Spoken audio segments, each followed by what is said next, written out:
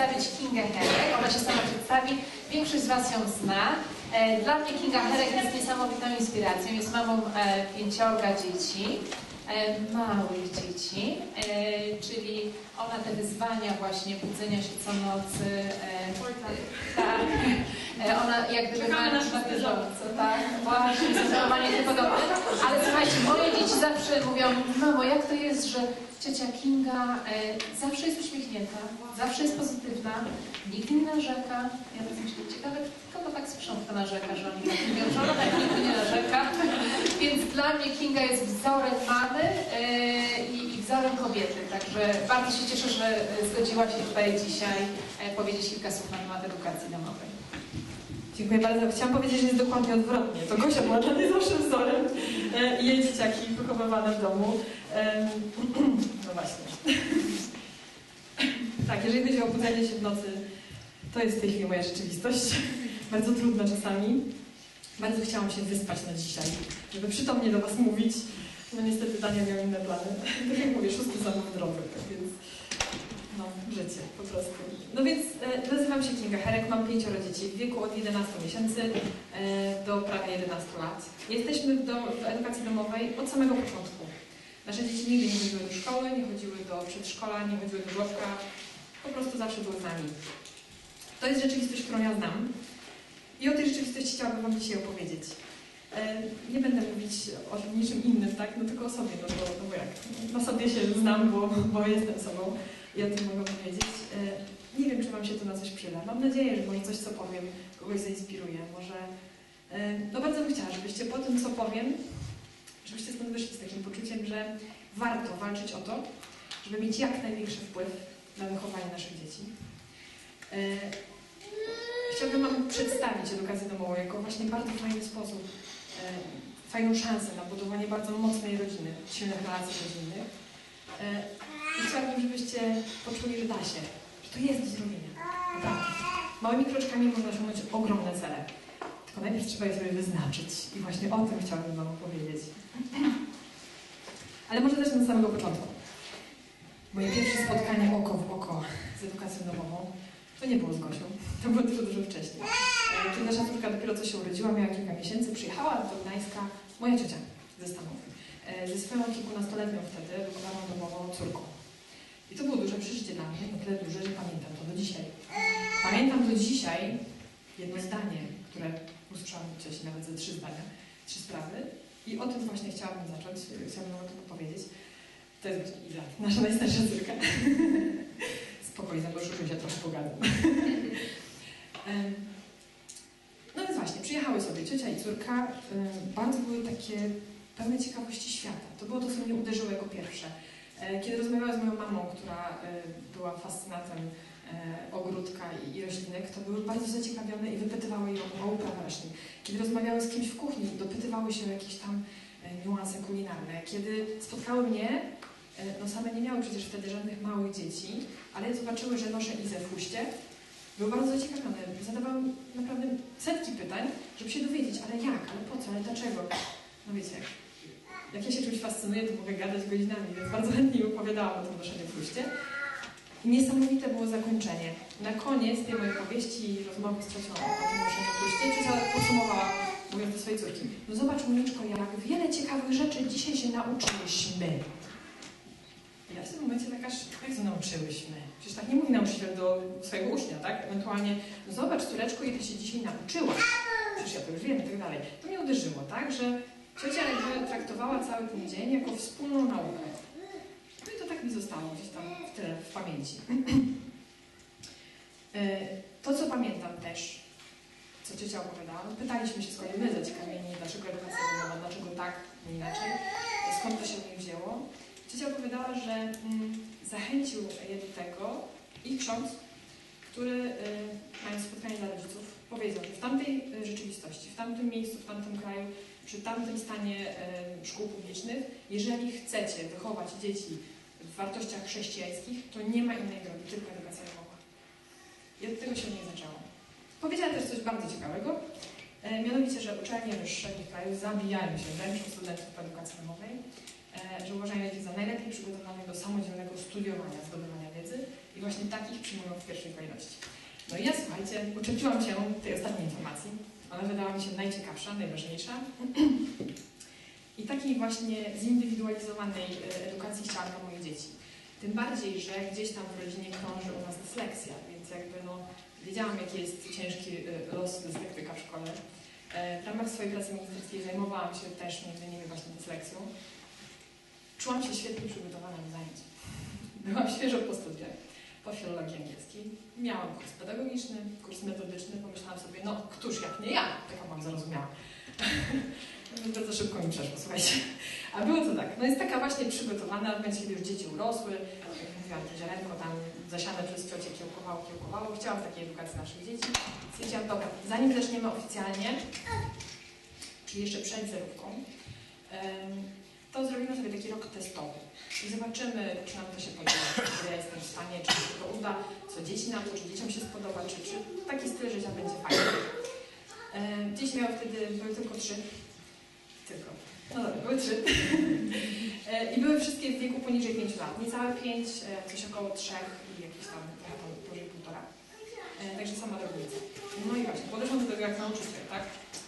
Wyznaczyłam sobie cele, zapisałam w kamieniu niemalże, będziemy robić to, takie zadanie z takim celem edukacyjnym. Słuchajcie, wszystko miałam zapisane, no nie wiadomo ile czasu do przodu, no i przystąpiłam do działania. Wiecie, co z tego wyszło? Nic. Jedna wielka frustracja. Codziennie musiałam skreślać te moje plany, przesuwać je na inne dni. Strasznie mnie frustrowało, słuchajcie. I nie da zrozumieć, no jak to jest? Przecież jestem przygotowana, tak? Przecież no miałam dać radę, a tu co? A tu jedna wielka klapa, bo co? Bo ktoś płakał, bo komuś zęby rosły, trzeba było kogoś przytulić, bo ktoś się z kimś pokłócił o zabawkę. No w takich warunkach się nie da pracować. No więc stwierdziłam, nie, trzeba odpuścić, muszę sobie odpocząć troszkę. No ale ta idea cały czas gdzieś tam we mnie krążyła, gotowała i męczyła.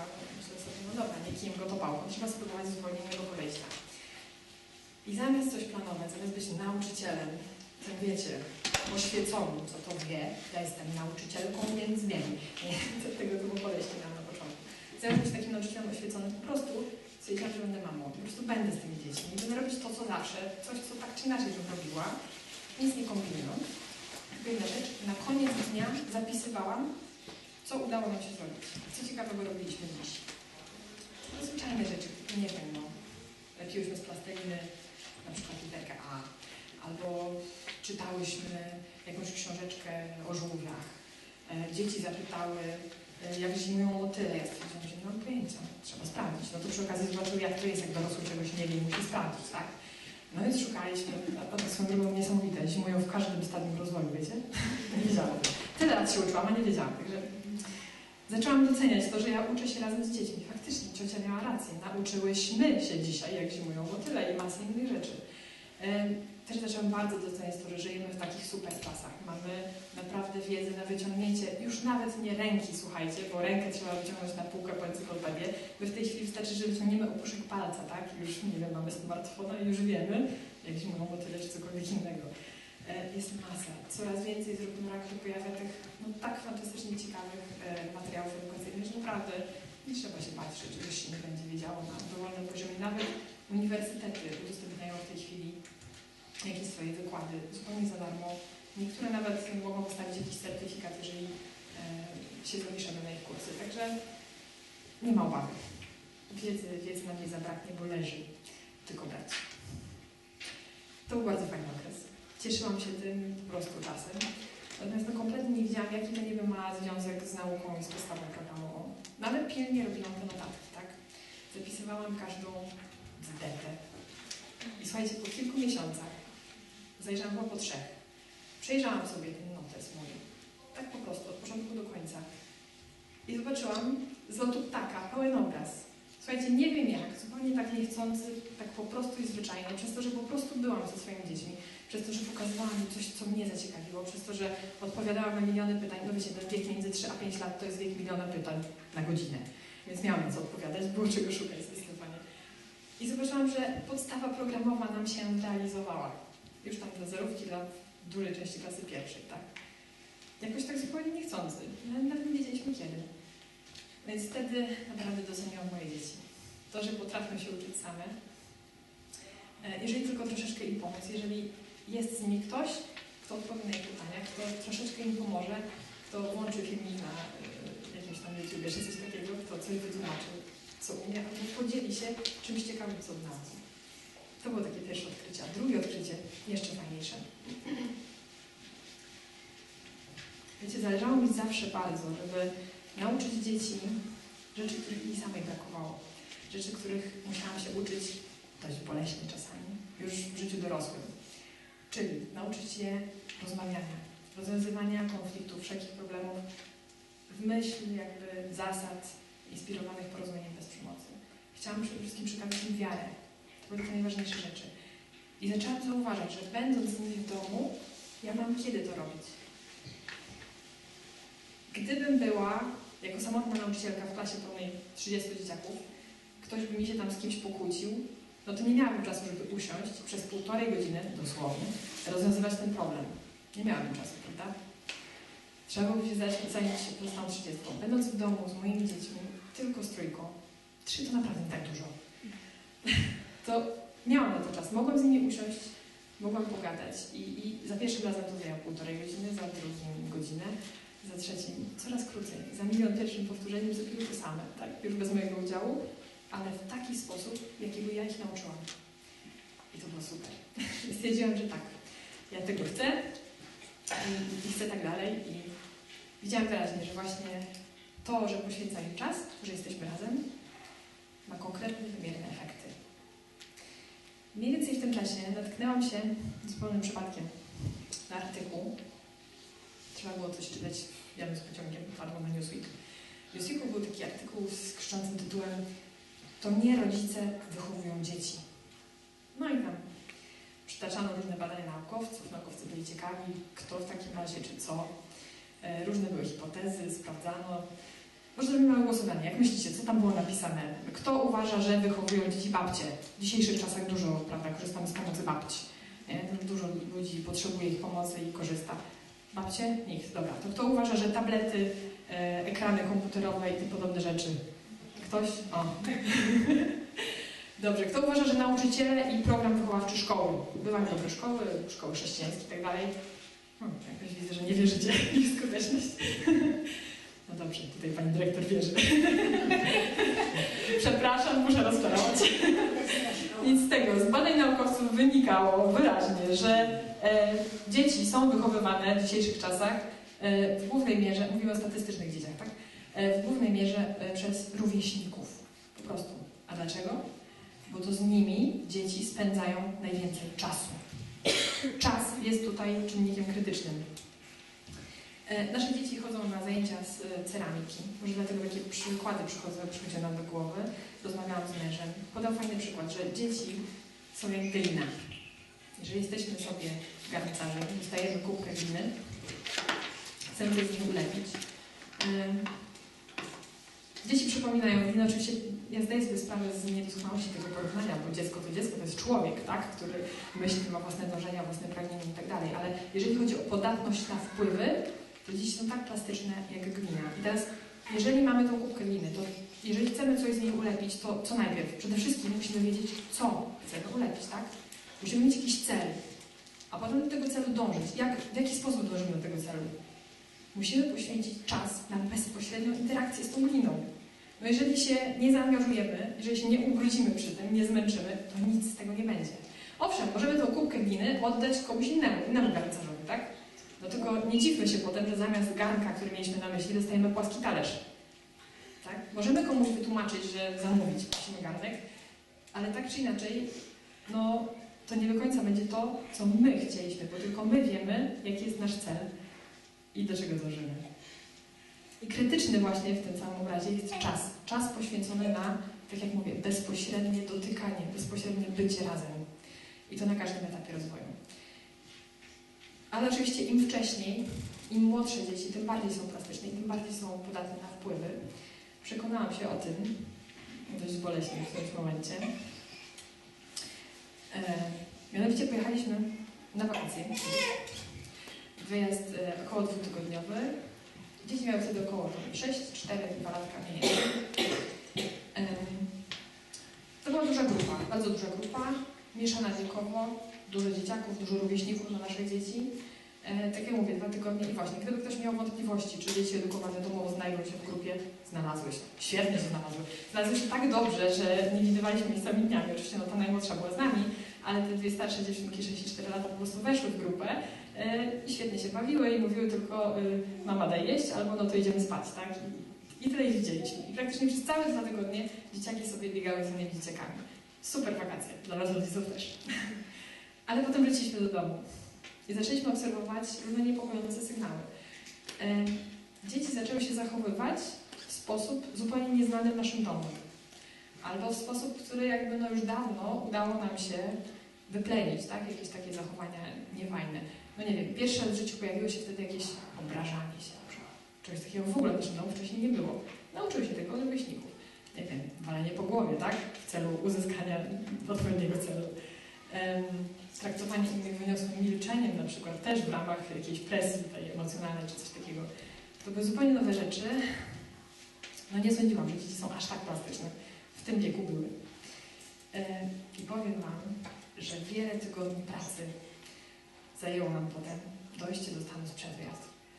Nawet kilka miesięcy. To było bardzo dobre doświadczenie, naprawdę, zwłaszcza dla mnie. No myślę, że dla dzieci też, tak? Miały okazję poznać, że nie wszystko, z czym się stykają, jest dobre i nie wszystko należy kopiować. No ale przede wszystkim dla mnie było to dobre doświadczenie, że zobaczyłam, jak wielki wpływ ma na dzieci ten, kto po prostu z nimi jest. Ale słuchajcie, tak szczerze mówiąc, to nie jest żadna magia. Już nasze babcie na to wpadły i stąd się wzięło w języku polskim powiedzenie, z jakim przestajesz, takim się stajesz, tak? Po prostu. Krytyczny jest czas. No i właśnie, chciałabym Wam to jakby zareklamować edukację domową jako sposób spędzania czasu, sposób uczenia się, po prostu sposób życia, który daje mnóstwo okazji na bycie razem. Daje mnóstwo okazji, nie tylko takich, słuchajcie, w szkole mamy podział, tak?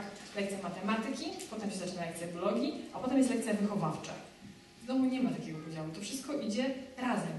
To jest jeden tor, jeden mój wpływ na dzieci. I wszystkie przedmioty szkolne są tylko pretekstem, tak naprawdę, do wychowania. Po pierwsze, jeżeli akurat się czegoś uczymy i nic z tego nizowego jest jakiś problem, tak, między dziećmi, jakiś problem relacyjny między mną a dziećmi, to po prostu przerywamy naukę i najpierw rozwiązujemy problem, że uczyć się efektywnie można tylko wtedy, kiedy jesteśmy dobrzy partnerem, kiedy nikt nie myśli o tym, że co on mi zrobił, jestem na niego uciekła. No, w takich warunkach nie da się efektywnie zapamiętywać czegokolwiek, no i po prostu, jeżeli ktoś ma jakieś wielkie zmartwienie, to naprawdę dodawanie ułamków w obchodzie jak zeszłoroczny śnieg. Dlatego zawsze wychowanie najpierw, a dopiero potem nauka. To pierwsza rzecz. Ale po drugie, tak jak mówiłam, przedmioty szkolne są super pretekstem. No i taka na przykład matematyka, tak? Niby z wychowaniem ma niewiele wspólnego. Ale gdzie tam? Jeżeli się umawiamy, jeżeli ustalamy razem z młodym uczniem, że żeby zdążyć na przykład właśnie przerobić jakiś tam materiał do egzaminu, to oznacza, że codziennie musimy zrobić na przykład 3 strony zadań matematycznych z tej książki. No to jest przecież świetna okazja do ćwiczenia odpowiedzialności, systematyczności. No już abstrahując od tego, że matematyka w ogóle jest dobrym ćwiczeniem logicznego myślenia, które życiowo się przydaje. Na przykład taka biologia, czy przyroda, to się nazywa. Jeżeli korzystamy z jakiejś książeczki pomocniczej, tak? Na przykład w książeczce książka jest podzielona na działy. Jeden z działów nazywa się części ciała. I w tymże dziale jest umieszczony płód, czyli dziecko pod sercem mamy.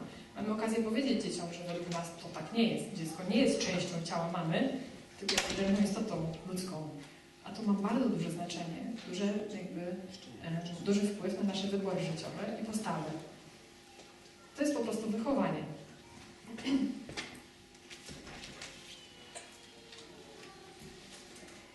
Oczywiście jest też nauka języka polskiego, tak? Żeby się uczyć prawidłowo używać tego języka i tak dalej, czytamy różne teksty.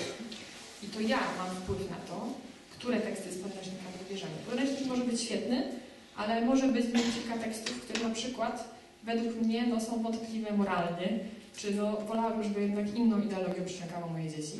Mogę je pominąć, jak jestem w domu, to ja mam na to wpływ. Zamiast tego możemy użyć innego tekstu, który będziemy uważać za bardziej wartościowy. Słuchajcie, to są nieocenione możliwości wpływania na wychowanie naszych dzieci. Naprawdę, tak uważam.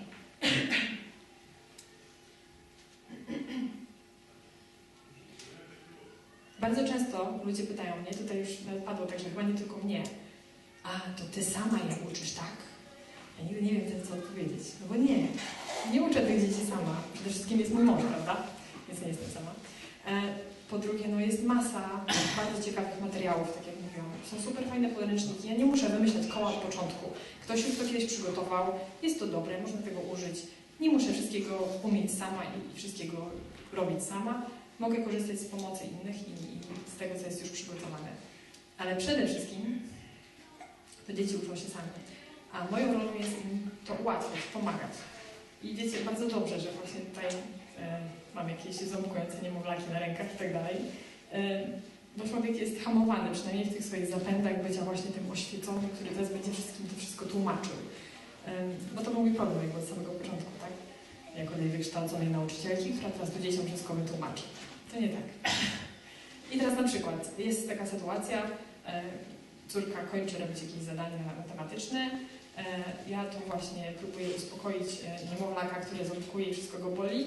Plus jeszcze 3-latkowi trzeba wytrzeć nos albo inną część ciała. Oprócz tego gotuje się obiad, który musi być za chwilę podany, bo inaczej nie zdążymy potem na jakieś zajęcia. Dodatkowo na przykład tą cerankę właśnie.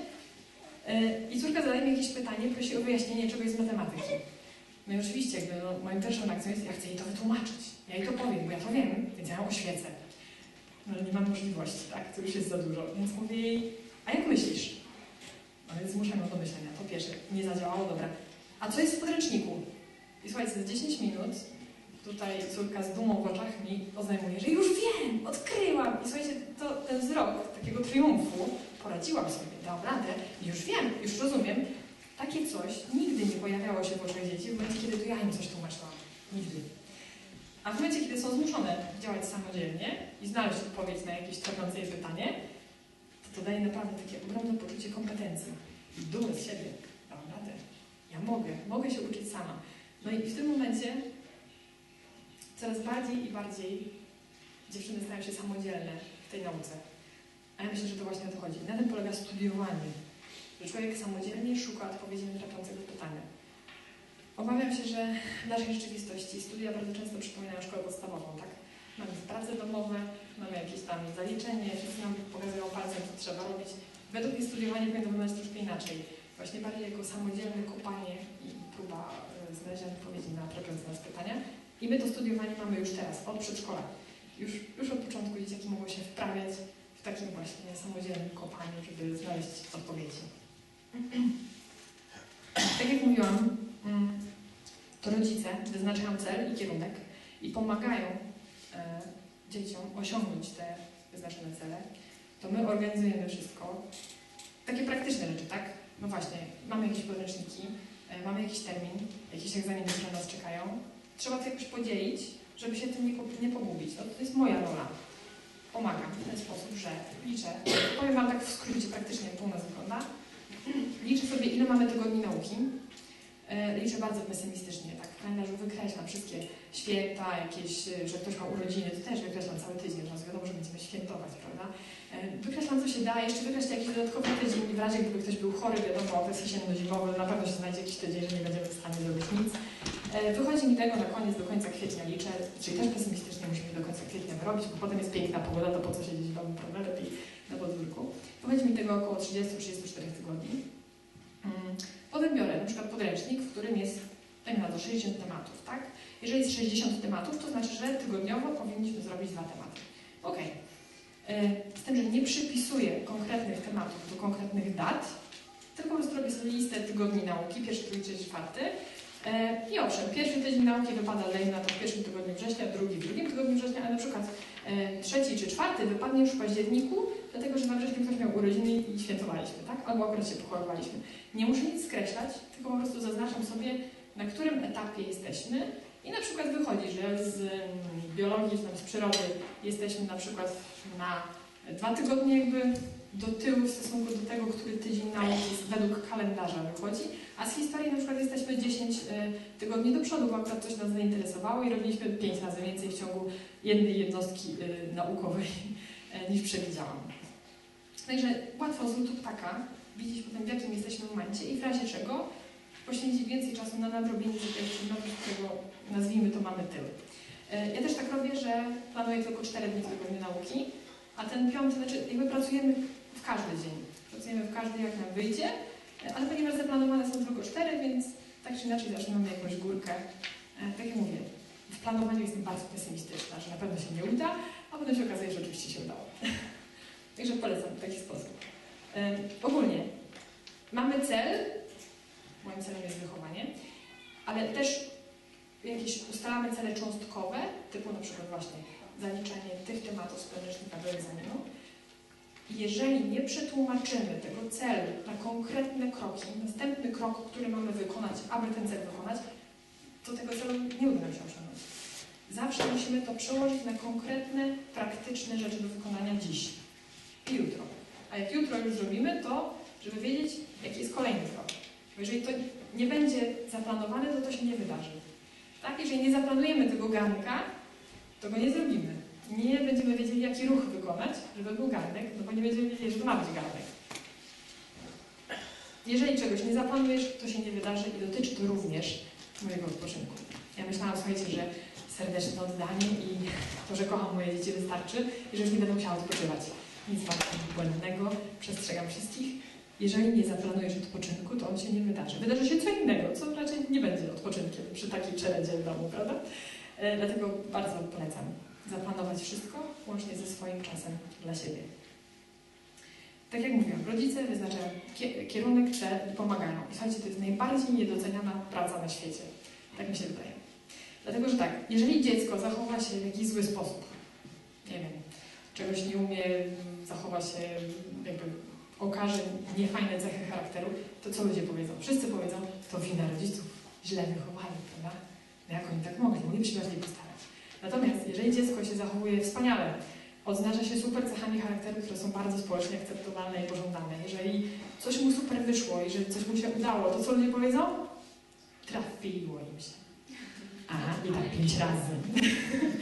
I tak 5 razy z rzędu, nie? Słuchajcie, naprawdę, no, doceńmy siebie, swoją pracę i to, że będąc z dziećmi w domu, naprawdę mamy na nie wpływ. Ma wpływ ten, kto jest z nimi najwięcej. Czyli albo mama, albo tata, zależnie kto z tymi dziećmi może być. No i szczerze mówiąc właśnie, to była moja pierwsza myśl, jak już tak oficjalnie zapisaliśmy się do szkoły i oficjalnie podjęliśmy decyzję, że dobra, wchodzimy w edukację domową, to moja pierwsza myśl była, no tak, teraz nie będę miała na kogo zwalić. Jak coś będzie nie tak, to będzie tylko moja wina. Przecież nie będę mogła powiedzieć, że to ta pani ze szkoły coś zepsuła, nie? To tylko ja. I rzeczywiście tak jest, tak? Jeżeli widzę jakieś problemy, jakieś rzeczy, które nie są dobre, no to jak się nad tym głębiej zastanowię, no to stwierdzam, że to jest po prostu moja wina, jakaś rzecz nieprzepracowana we mnie. Świetna okazja do pracy nad sobą, do pracy nad własnym podejściem do życia, nad własną ciekawością. Słuchajcie, jeżeli ktoś jest dla mnie autorytetem i on mówi, jest święcie przekonany, że coś, rzecz X jest ważne, no to staje się ważne też dla mnie. Nie można dać komuś czegoś, czego samemu się nie ma. Nie mogę oczekiwać, że dzieci będą zafascynowane matematyką, jeżeli ja sama na przykład stwierdzam, że weź bzdura, w ogóle w życiu niepotrzebna, po co się tym zajmować. Tak? Także przede wszystkim, wymagając od dzieci, przede wszystkim trzeba wymagać od siebie. No i jeżeli jest jakiś problem, no to trzeba pracować nad sobą. Bo tak naprawdę ja tylko i wyłącznie ze wszystkich ludzi na świecie wpływ mam tylko i wyłącznie na siebie. Tylko mogę podjąć decyzję i zmienić tylko moje zachowanie. Zachowanie dzieci się zmienia, ale zupełnie pośrednio. Tylko i wyłącznie przez przebywanie ze mną, przez to, że ja pracuję nad sobą, nad jakimiś swoimi wadami, które są mi kulą u nogi. Ale one to widzą, tak? Są ze mną, rozmawiamy o tym, ja mówię, że kurczę, to mi się nie udaje i chciałabym inaczej. No i patrząc na to, jak ja sobie radzę ze sobą, albo nie radzę, one bardzo dużo się uczą. I to, co jest ważne dla mnie, zaczyna być też ważne dla nich, dlatego, że jestem w ich życiu ważna, a po prostu dlatego, że spędzam z nimi ten czas. I wiecie co, właśnie jeszcze tak wracając do tego ząbkowania i niewyspania. Ta wizja celu, który mam, to jest jedyna rzecz, która mnie trzyma przy życiu. To jest jedyne, co mi dodaje siły rano, jak na przykład spałam 3 godziny w 4 rzutach, a jednak trzeba wstać i zrobić jakieś śniadanie. To tylko właśnie wizja tego celu, tego, że ja wiem, po co to robię, sprawia, że chce mi się stać. No tak to by mi się nie chciało, naprawdę. Niech sobie dzieci idą do jakiejkolwiek szkoły, niech się tam uczą czegokolwiek. Ale nie chcę, żeby się uczyły czegokolwiek. Chcę je wychować, bo wierzę, że to ja jestem do tego powołana. Słuchajcie, nawet nie są moje dzieci. Ja je urodziłam, tak? Ale to nie są moje dzieci. To są Boże dzieci, powierzone mi na pewien czas. Mam ten czas i teraz ode mnie zależy, jak go wykorzystam. Czy oddam tą odpowiedzialność komuś innemu, nie wiedząc jaki będzie efekt do końca, czy jednak zrobię to sama. Czuję się wezwana i powołana do tego, żeby robić to samemu. Między innymi właśnie dlatego, że tak jak mówię, tylko na siebie mam wpływ. Więc jeżeli będzie coś nie tak, to u siebie mogę to zmienić.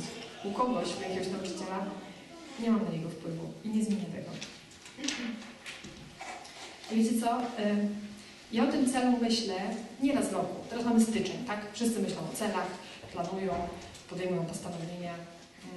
Nie myślą o tym raz w roku. Nie myślą o tym na początku roku szkolnego. Nie myślą o tym raz w miesiącu. Nawet nie raz w tygodniu. Ja o tym myślę codziennie.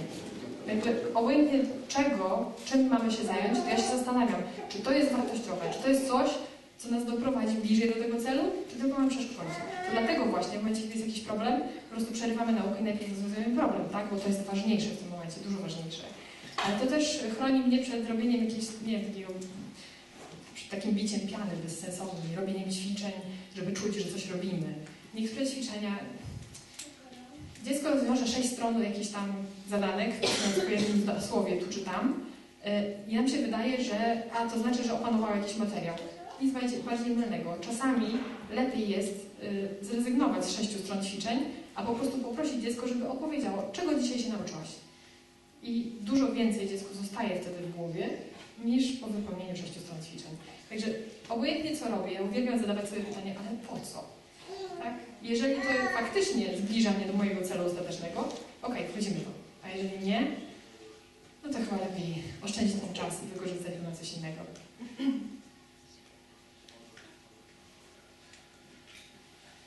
Przypominam sobie, co jeszcze chciałam wam powiedzieć. Chyba najważniejsza taka rzecz to to, że wiecie, ja nie mam ambicji, żeby moje dzieci były bardzo dobrze wyedukowane.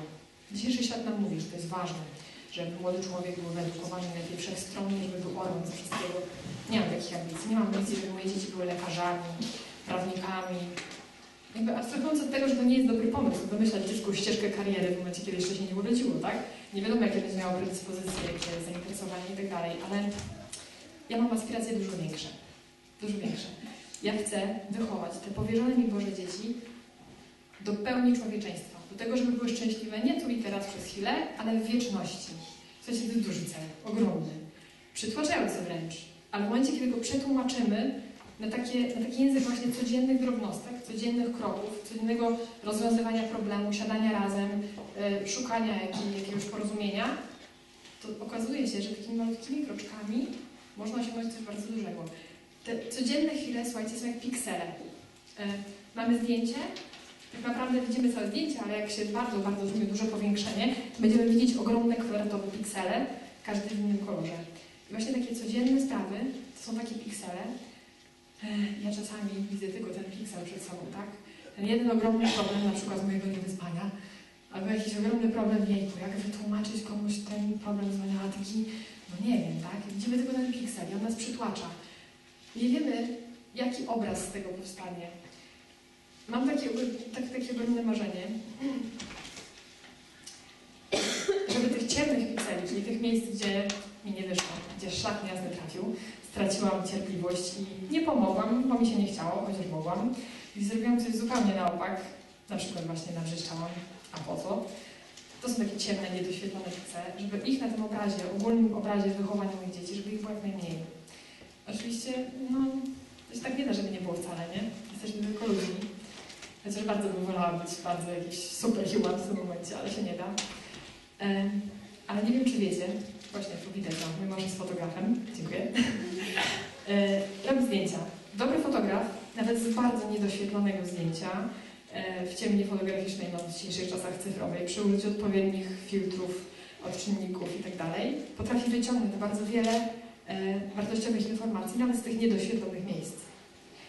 Mam ogromną nadzieję, że najlepszy fotograf świata, czyli Pan Bóg, z tego ogólnego obrazu naszego wychowania, które staramy się dać naszym dzieciom, będzie potrafił wyciągnąć wartościowe informacje nawet z tych ciemnych miejsc i strasznie niedoświetlonych pikseli. I to jest to, czego życzę swoim dzieciom przede wszystkim i waszym dzieciom, żeby nam się wszystkim udało. To tyle. To wam chciałam powiedzieć. Bardzo wam dziękuję za uwagę. Jeżeli ktoś miałby jakieś pytanie praktyczne, konkretne, zapraszam.